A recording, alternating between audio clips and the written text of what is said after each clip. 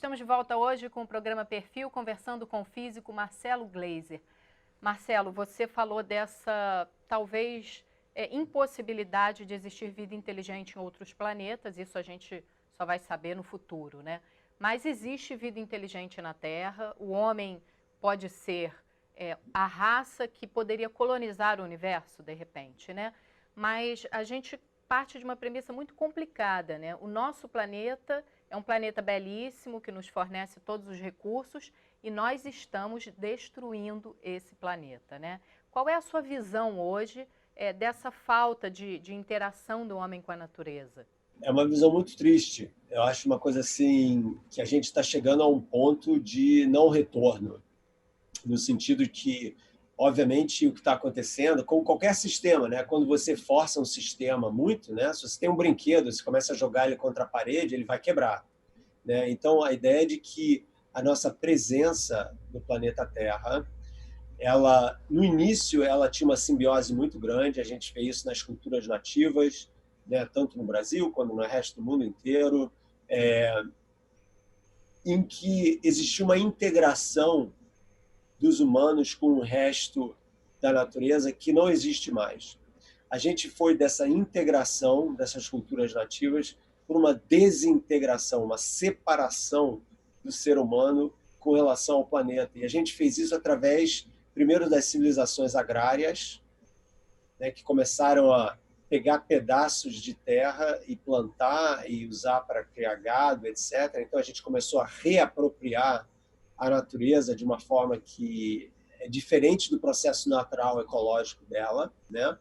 E a gente foi crescendo e esse negócio economicamente foi dando certo, até que a gente descobriu que o ideal era a gente se juntar em grandes bandos de pessoas em cidades que são a antinatureza, né? Se você parar para pensar, a cidade é o oposto da natureza. A cidade é uma concentração de materiais não naturais criados pelos homens para poder isolar a nossa espécie do resto do planeta. Então, você entra numa cidade, você vê o quê? Uma selva de concreto que não tem nada a ver com o mar, com as montanhas, com as florestas, etc. Né? Então, as pessoas têm que se dar consciência do fato de que, a partir da nossa evolução econômica e industrial, a gente meio que se desintegrou, na palavra não desintegrar do núcleo atômico, se desintegrou, se separou, né, da natureza. E não só se separou da natureza, mas utilizou a natureza para poder suprir as nossas necessidades de energia e de alimentação, essencialmente. Então, o que a gente fez foi supor, existe uma suposição básica nessa história toda, que é o planeta é grande pra caramba, os mares são muito grandes, entendeu? Que a gente é pequenininho, a gente nunca vai fazer uma diferença, porque a Terra sempre vai poder se recompor. A gente pode usar, abusar, mas a Terra vai voltar e vai ficar numa boa, os peixes vão ressurgir, entendeu? E o que surgiu, o que está se vendo agora, é que o nosso crescimento nos últimos 150 anos foi tão violento, tão rápido, tão eficiente sobre o ponto de vista evolutivo, que a força, a pressão que a gente está exercendo nos sistemas ecológicos e meioambientais é destrutiva, né? E é óbvio que isso está acontecendo. Então, por exemplo, para você usar, por exemplo, o exemplo do Brasil é muito importante, porque o Brasil é uma potência agropecuária. O Brasil é isso, né? O Brasil é uma espécie de celeiro do mundo hoje em dia. A maior parte do produto bruto do Brasil vem da riqueza dos agropecuária, né? Então, isso custa ao Brasil, em termos meioambientais, um preço muito alto, porque a gente tem fazendas maiores do que a Bélgica, entendeu? Para poder ter tanta cabeça de gado, e tanto porco, e tanta galinha, e tanta soja, e etc. Então, o que está acontecendo é que essa apropriação da natureza para poder suprir carne para 7 bilhões de pessoas, ou pelo menos 5 bilhões de pessoas, está destruindo o planeta. A verdade é essa. Numa Né? de suas aulas, eu vi você falando sobre essa questão do mito da criação e tinha o exemplo da ideia indiana, né? Do Shiva Nataraja, que é o dançarino cósmico, ele cria toda aquela dança, você até elogiou, é uma dança de criação e destruição, mas uma coisa integrada, né, com a criação. É o que o ser humano, de acordo com o que você falou, perdeu, essa integração, né? Você é vegetariano e percebeu que em algum momento você poderia colaborar, voltar a se integrar com a natureza, porque o fato de comer carne estaria prejudicando muito. Entra a falta de informação, porque as pessoas acham que elas precisam, de repente, parar de comer carne para sempre. Elas podem reduzir o consumo. Isso, boa, ótimo. Palavras sábias. Porque o problema é esse, né? Mas vegetariano come grama, né? Aquela coisa assim, pô, cara, come grama é uma grande besteira, né? Aliás, no meu canal do YouTube eu tenho um curso lá chamado Caminhos do Bem Viver, Sim, muito bacana. que eu dou uma receita lá vegetariana que é super show que eu inventei, entendeu? Você pode comer muito bem sem comer carne. Primeiro ponto, isso é um mito ridículo, né?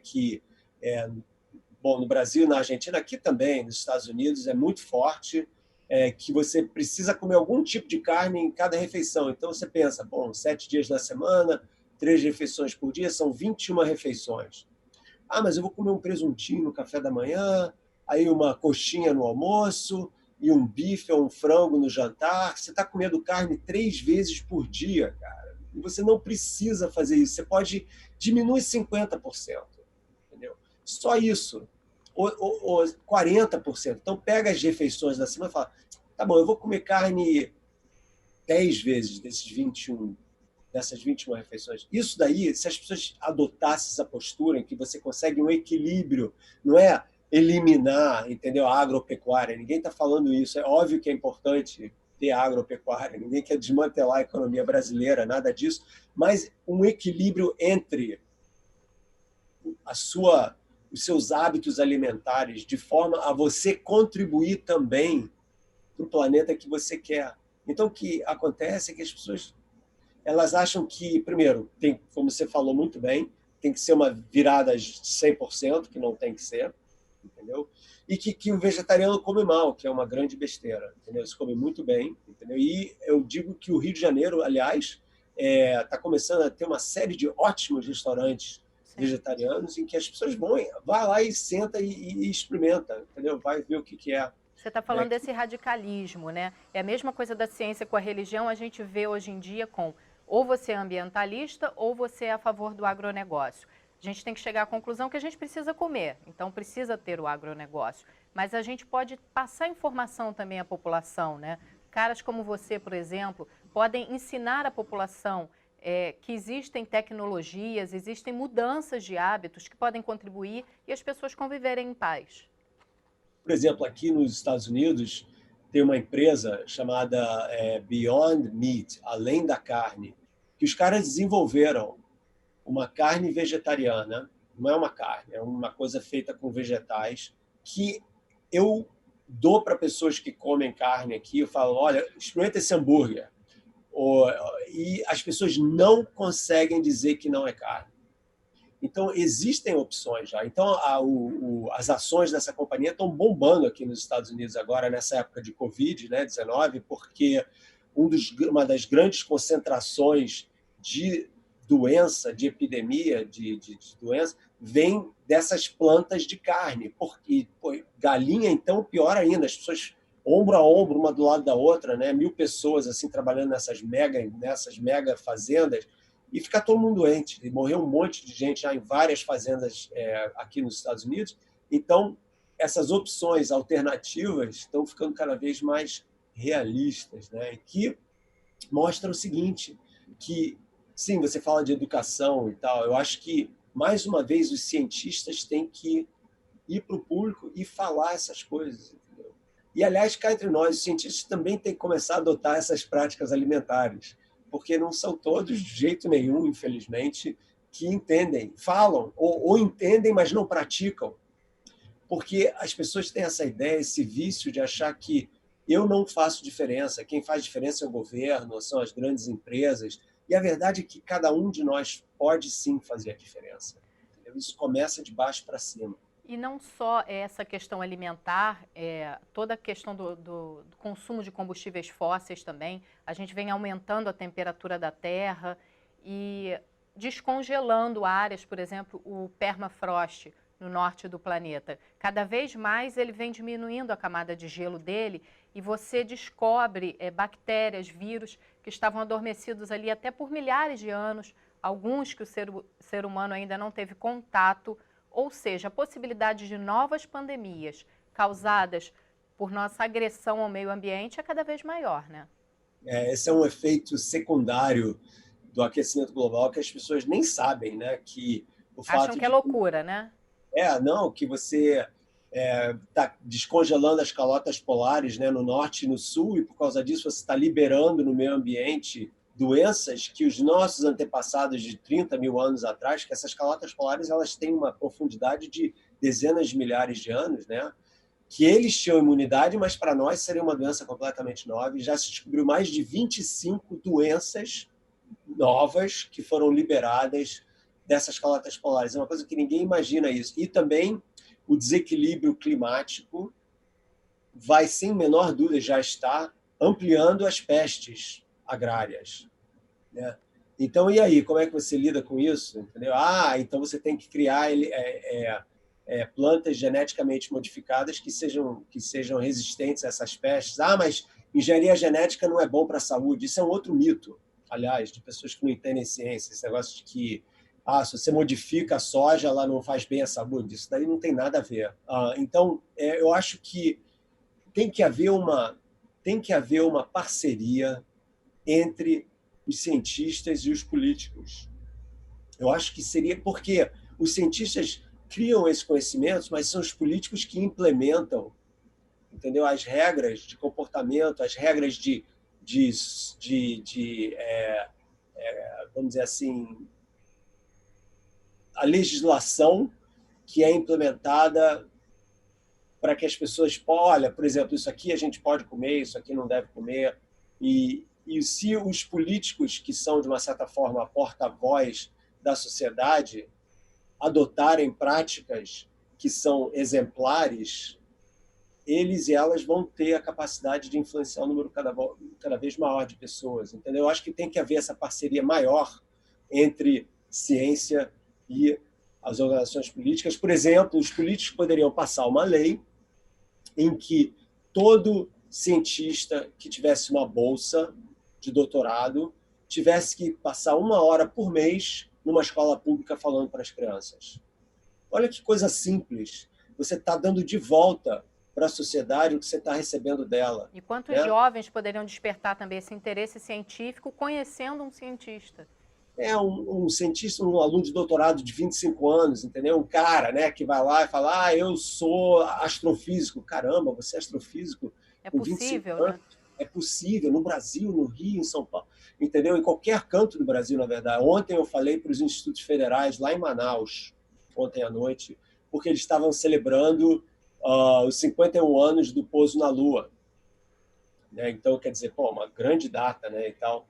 Então, quer dizer, e tinham 600 pessoas assistindo, ou seja, o interesse é enorme, a necessidade é muito grande, e nesse momento de pandemia, voltando àquela conversa do iniciozinho, em que se tem uma lição que essa pandemia está ensinando para a gente, é que a gente realmente tem que olhar para a natureza com muita humildade, porque está aí um vírusinho mostrando que, apesar de todas as nossas máquinas e as nossas cidades e as nossas tecnologias, a gente não sabe como se defender de um negócio que tem 132 nanômetros de tamanho.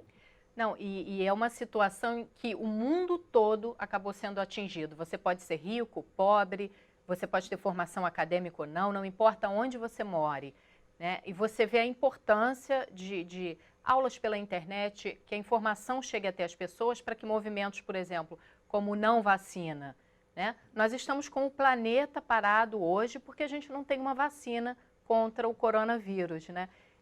Tem que tomar muito cuidado também com o tipo de informação que circula pela internet.